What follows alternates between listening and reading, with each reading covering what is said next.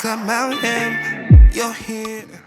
Yo, lovers, welcome to the Lovers Lounge as we present you with Love and Be with me, Khadi Lee. And I have my beautiful guest here, Vestia, triple talented DJ, artist, socialite. Tell us a little bit more about you, thank Vestia. you. I love the intro. Thank you, Khadi. What's up, guys? I'm Vestia. I'm a DJ. I'm from Los Angeles, California. As he said, I have a lot of different, facets in the industry. I'm an artist. I produce. I make my own edits. And yeah, I'd be outside a little bit. I'd be outside. We can put the socialite, tag on there. We can put the socialite tag on there. No, yeah. Happy to be here. I'm excited to have you. Speaking of you being here as a guest, do you remember how we met? I know it was at one of these events. Actually, no. What? We met you're probably one of the only people I didn't meet at an event I met in a more intimate setting. We met at Rowan's house. Oh my, seriously? The game night. Oh, that's when we met? We were on teams. Oh my God, wait, that is an iconic way to meet. Shouts out to Roland. That's one of my best friends. Shout out. Yeah, we were definitely there together. We were on the same team. Okay. We were both extremely competitive. Yes. So it works out. We won. Period. Of course, we won. Winner's We circle. took that dub. Period. Yeah, no, that was super exciting. Oh my, why did I not remember that? That's crazy. I think it's because it's been a minute fake now. As hell. It's been a minute now. That's why. Because I feel like that was like 2 years ago. Oh, true. That was a while ago because I've been Exactly. here now for, a little over 2 years. Yeah, that was about 2 years ago. And then I've just seen you at ample events around We've just the been city. outside. We've been Exactly. outside, doing our thing. Sure have. Damn, Roland's house. Yeah, Oh, I love that so much. That's how we met. That's That's the perfect exciting. introduction, actually. It is. We got to know each other on a more intimate setting. Which brings us to our next thing, which is actually going to be really fun. We're going to play a cool icebreaker game. Okay. We're going to play a game that I call Turn Me Up. Now, with this game, Turn up then. it's going to be a bunch of viral moments. Viral moments that's happened over this decade and the last, some that are extremely iconic. You can't tell, whoever's reading the card can't tell the other person who it is, but you have to act out or speak out what's written on the card. Oh, I love that. Okay. Like charades vibes. Yeah, kind of like charades vibes. Turn me up then. I'm like... And since you are our special guest, we're going to have you go ahead and go first. Okay. So pretty much I just put the card on my... Yep, you just open it and read it, and no, Oh, you're I just just have gonna to read read it, it to and you have to act out. Okay, Well, you so don't read you it to can- me. You read it, and then you're gonna act out what it is. You could read it though. If reading it is gonna make me get it. This is actually hilarious. Whoever wrote this is funny. Shouts out to them. This is Come funny. on. Okay, so I can describe it. You can say it. You can act out the whole thing like you can say it. Whatever it says, you can say it. You just can't tell me who. Okay. You know who. I gotta guess who. Hey, that's mine. You better lay low. Sorry. That is hilarious. No, that is actually iconic. That is iconic. And I hope I did it justice. No, you definitely did the whole, hey, wait a minute. That's mine. You better lay low. Yes, That's none other than Miss Whitney Houston for sure. That's definitely Whit. That was one of the most hilarious speeches.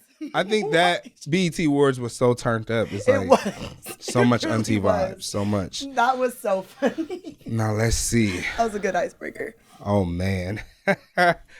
Oh. Okay. Darling, I don't know her.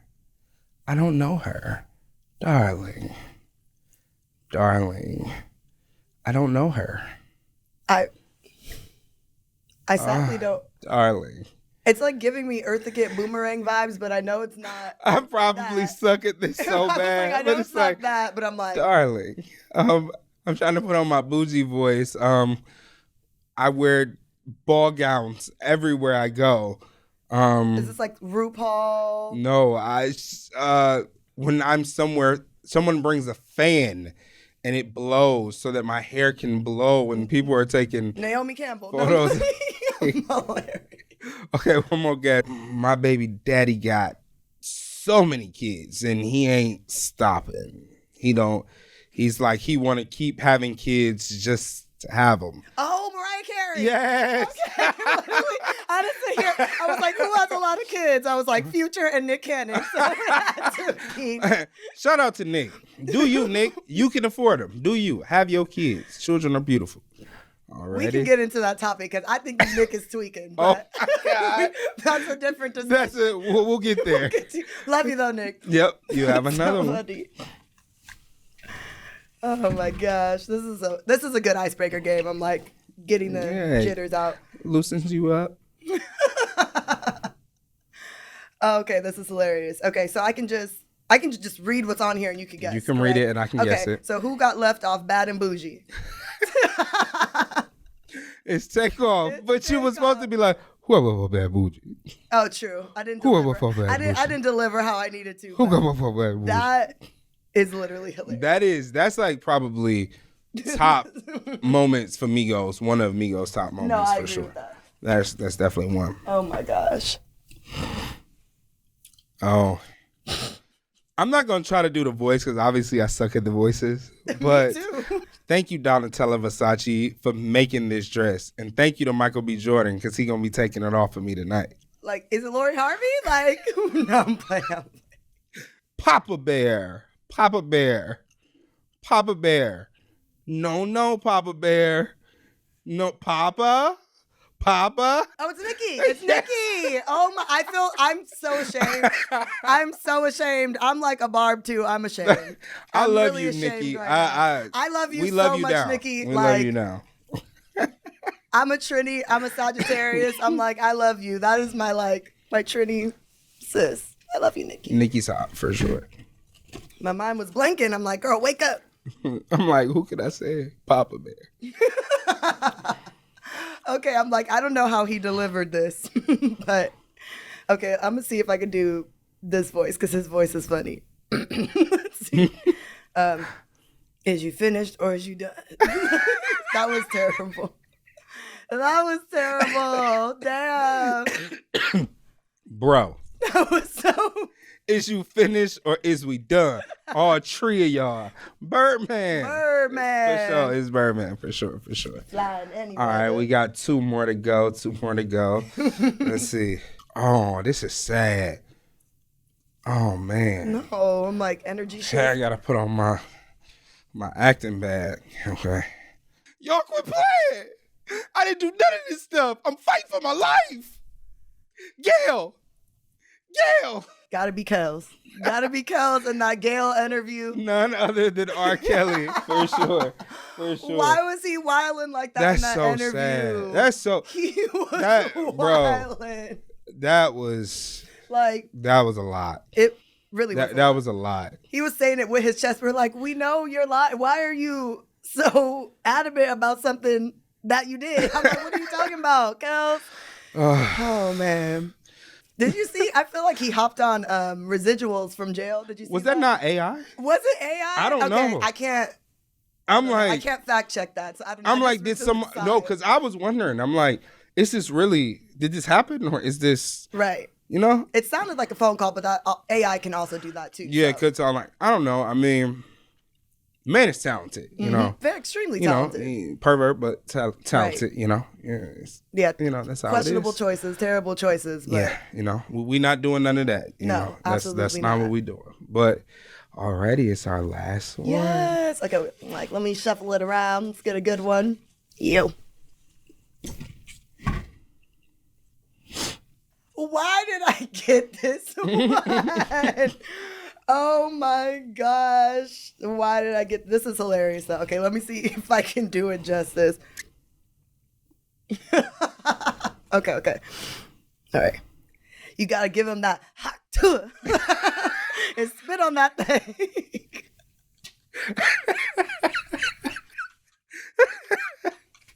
Bro. Oh my gosh. I don't even know her name, but you know, neither, TikTok actually. girl, little The white girl from Hawk TikTok, girl. you know, Hawk to a girl, you know.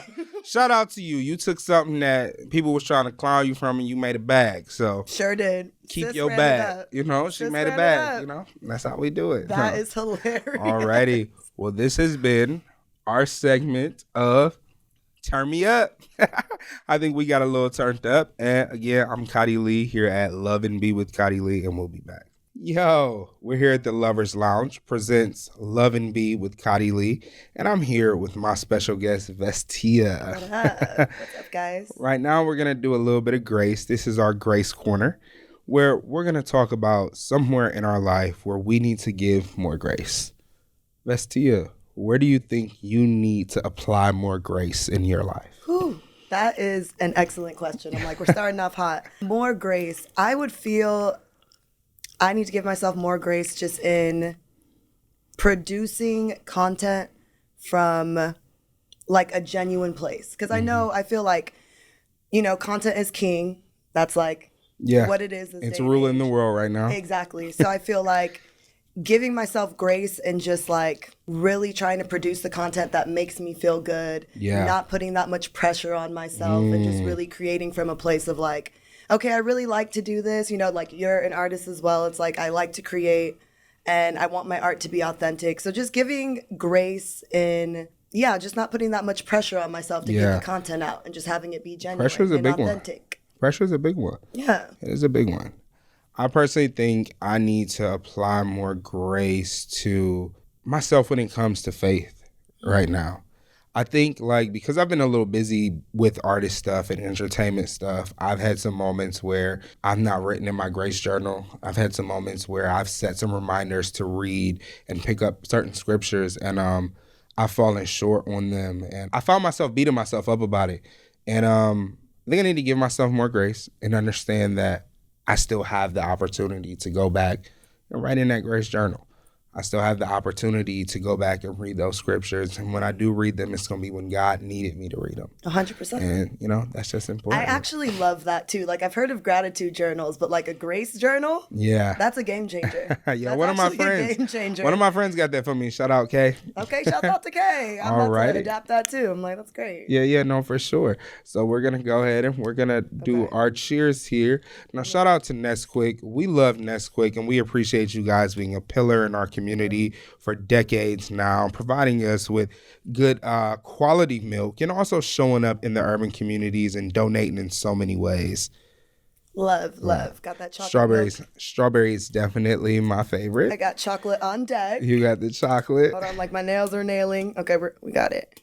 Definitely want to cheers you to grace and to more accomplishments. Love it. Yes.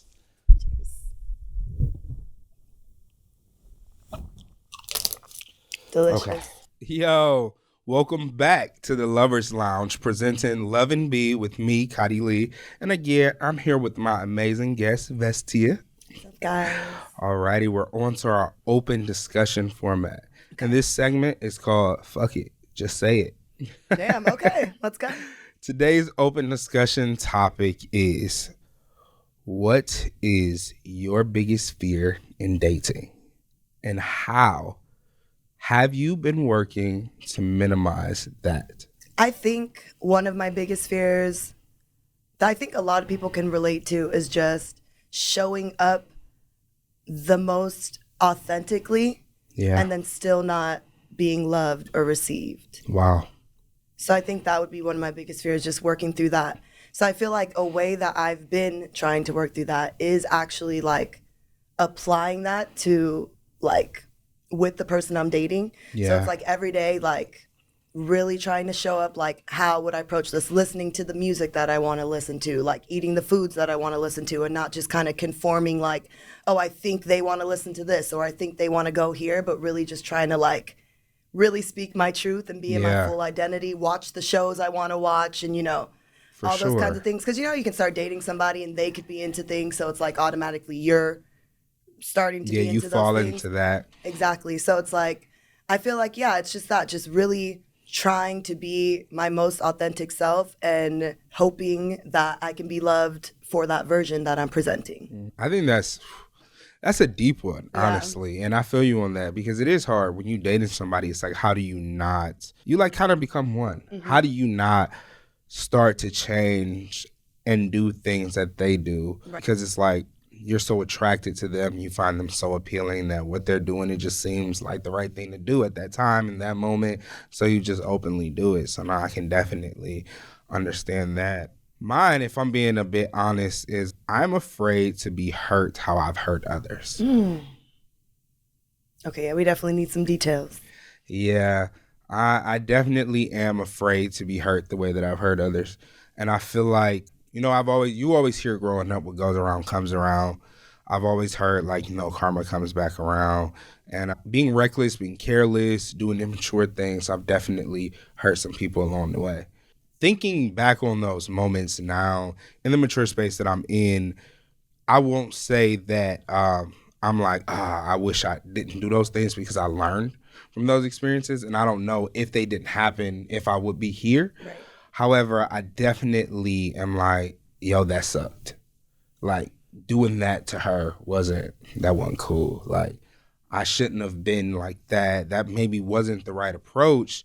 And, so I just try to pray for grace around that, because, like, I don't want to fall in love with somebody and experience the type of hurt that I feel like I've inflicted. And that's a big one. That's very deep. Yeah, and it's like, it's something hard to overcome. It's like, what are you going to do about that? You can't change the past. Right. And you don't know the future.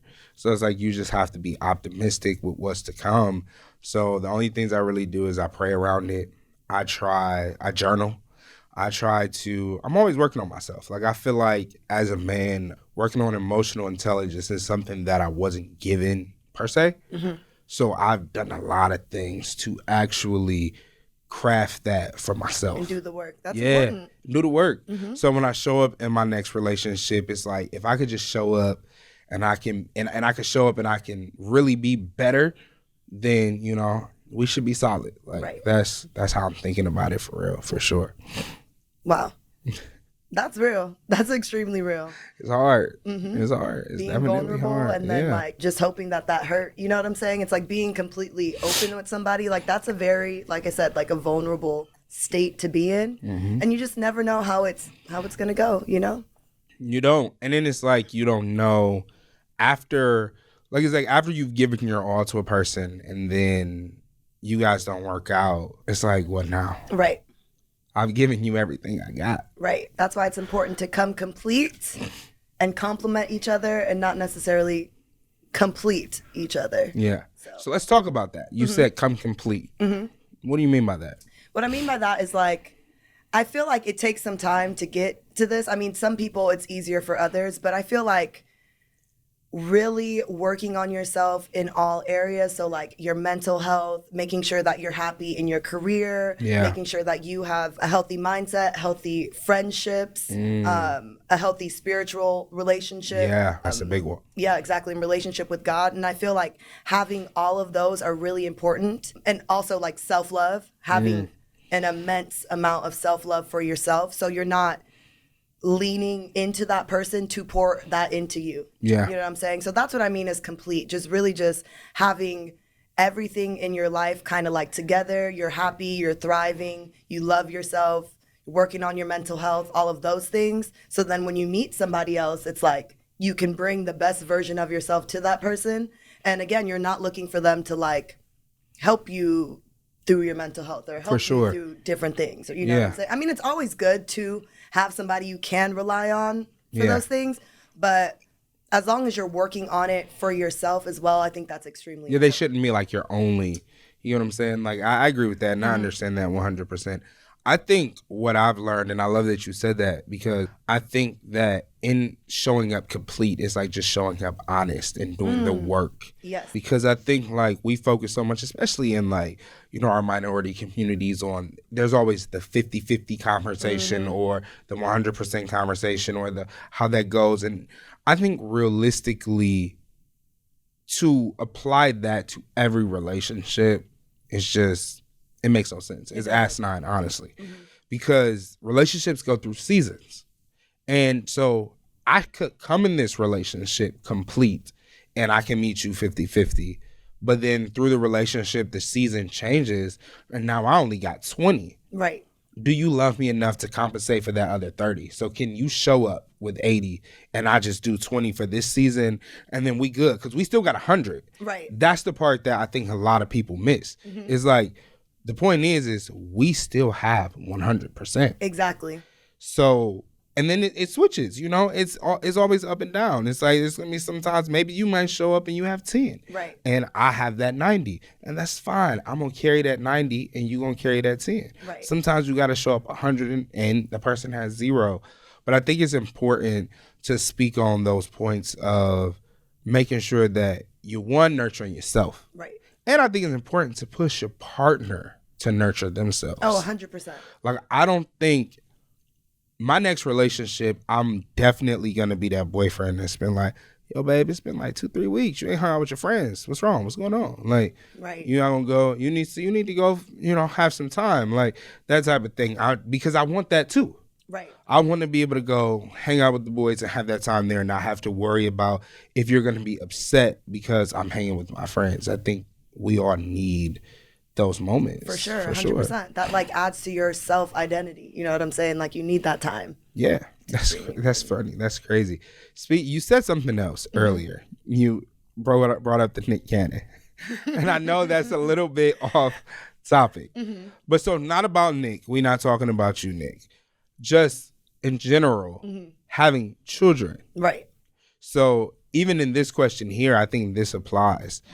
When having children and you have these things, how do you think that kind of operates this space? What do you mean? Like having like how you need to show up for your kids or what exactly? So like a lot of people, so most people's biggest fears, or I've talked to people before and their biggest fear is getting with someone and the kid takes importance over them. Okay. So it's like if we're in a marriage or in a relationship and we have a kid and now it's like all about them and it's like you forgetting about me over here. Like that is a really good question. So that I've actually like have been contemplating motherhood, like even myself. I'm like, damn, we are getting deep here. And that is actually something that I consider in my decision making because for me, I know it's going to be extremely hard once I have a kid to separate myself and to find that time. Like, okay, this is mommy and daddy's time. You know what I'm saying? Like, just like the type of person I am, I'm already like very self-aware and I don't want to say people pleasing because I feel like that is like a negative. I don't think it has to be though. Yeah. I think people make it negative. Yeah, they do. But it's like I'm very like socially aware and things like that. So it's just like I know with my kid, I'm really going to be like, okay, what's good? Are they getting all of their needs met? You know what I'm saying? So, I feel like that's a part of being nurturing. 100%. People pleasing. Because you have to be able to mitigate the things that are going on around you. Right. Yeah. Exactly. So yeah, parenthood, I feel like, that is like obviously I can't speak on it. I know you can speak on it. Like one of the deepest most spiritual experiences that you can have. Like, I can't even imagine. But yeah, that is my, again, Nick, I love you. But that is my like tiff, I would say, with Nick, if anything, just in that I feel like it's harder to, again, nothing on you, Nick Cannon, but I feel like it's harder to be present as a father when there's multiple families. You know what I'm saying? Yeah. Like, I know that financially it's obviously he can provide and there's people who can provide different things, but I feel like there's a different richness being brought when like a father is more in the home and has like a more day-to-day relationship with the kids.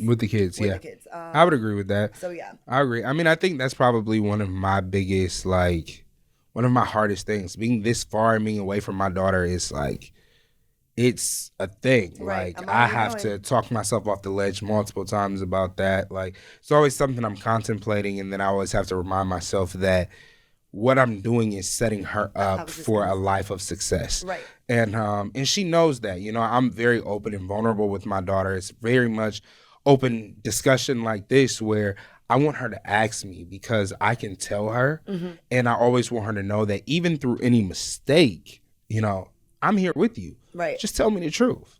And I think that goes back to the relationship with when you have a kid. I can say this because I had a kid young, and having a child young, I didn't know what was going on. Right. You know what I'm saying? So naturally, she became the most important thing in my life. Right. And in hindsight, now I can see how that pivoted or created certain insecurities or things in her mother that unintentionally I was not trying to do. Right. Because I was trying to be a good father. I was trying to be everything. Like for me, my mind was show up, be dad, be dad, be dad, be dad, be dad. And it was like, but then I forgot to show up as boyfriend. And I naturally just thought, well, she should understand. I'm taking care of our child. Right. And it's like, there's something to be said about why the hierarchy is the way that it is. There's a reason why it's God, spouse, children. Right. And it's important because I seen a quote the other day where a guy actually said, successful children are ones that've seen their mom be loved properly. And it's because they naturally have a certain joy and anguish that a lot of people yearn for, but it's because of the love that they saw poured into their mom. Now, that's not to say that they don't need to see their mom pour that same love into their dad, because I think that that's equally as important. But that goes to what you were saying about the day-to-day with the children and in the same household. So I definitely think that that's important, I would say, for sure. Yeah, no, that's a big one. We did get deep on that. We did. I didn't expect to be talking about kids. Right, me neither. I'm like... I thought about the Nick thing. Right. And when I thought about Nick, I'm like, yeah, it's about the children. And it brings us back to the whole segment about, about what your biggest fear is in love. If there's anything else you could add on the topic, what would there be? About my fears in regards to love? Or better yet, what advice would you give to young women and young men who are struggling with the same thing? Like they're struggling with whatever their fear might be. I feel like the most important thing, I'll go the advice route. I feel like the most important thing is really self-discovery, because I feel like, again, kind of piggybacking on the point I was saying, like showing up in your most authentic state allows for you to like give the other person the opportunity to say like, okay, yes, I do want to love this person. So pretty much my advice would be really self-reflect, like really journal, figure out what you like, figure out what you love, do the hard work in those ways, really work on your like spiritual relationship, your relationship with God, your mental health, all of those things. And I feel like, honestly, God, the universe, whatever you believe in, will align you. Like, I feel like when you're aligned in that way, God will align you with the person that you're supposed to be, walking this journey with. I agree. I think that's extremely important. So yeah, just remaining in alignment. I feel like that really will help diminish fear. Yeah. I love that. Yes. I love that. Where is God in this? Find that spiritual. How y'all do it? What y'all do? What's it? It's this. Yeah, it's that. You ate that up. That's for sure. If I could add anything, I would say, take advantage of the friendships. Be friends first. Really be friends. Like, those things are pivotal because your person is going to end up being your best friend for sure. I agree. And people fall in and out of love all the time. And when the love isn't there, but you have that friendship, that foundation, that feeling of, I hate you right now, but you know what? You still my boy. Right. Like, you get what I'm saying? I hate you right now, but that's my girl, I know where it's coming from. I'm going to give you that. You need that. You need all those extra things. Yeah, give you that grace. And take it back to God. You feel me? Bring it back, because that's the important part of it. So if I could add anything, that would be it for sure. No, for sure. Well, I'm so excited, and thank you for coming by. Yes. Vestia, y'all. How about you tell them where they can find you, what you got coming next? So my Instagram handle is @Vestia with 3 underscores. If you type in Vestia, my name will pop up, Vestia. I have a lot of amazing things coming up. I have a new party series, Que Sera. Come on. Right, exactly. So that's on the horizon. Really excited about that. Actually getting in the studio tomorrow. Ooh, okay. Okay. Really exciting things on the horizon, so definitely stay tuned. Also, shouts out to Golden Hour, which is a party series that a few friends and I have put together. It's a YouTube series, so you can look it up now. Golden Hour by RCE. You can check out some fire DJ mixes on there. But yeah, tap in. Yeah, alrighty. All right, lovers, once again, shout out for being here. Thank you for stopping by the Lovers Lounge to check out Love and Be with me, Khadi Lee. And as always, I love y'all. Peace. Slide through, baby. You should slide through.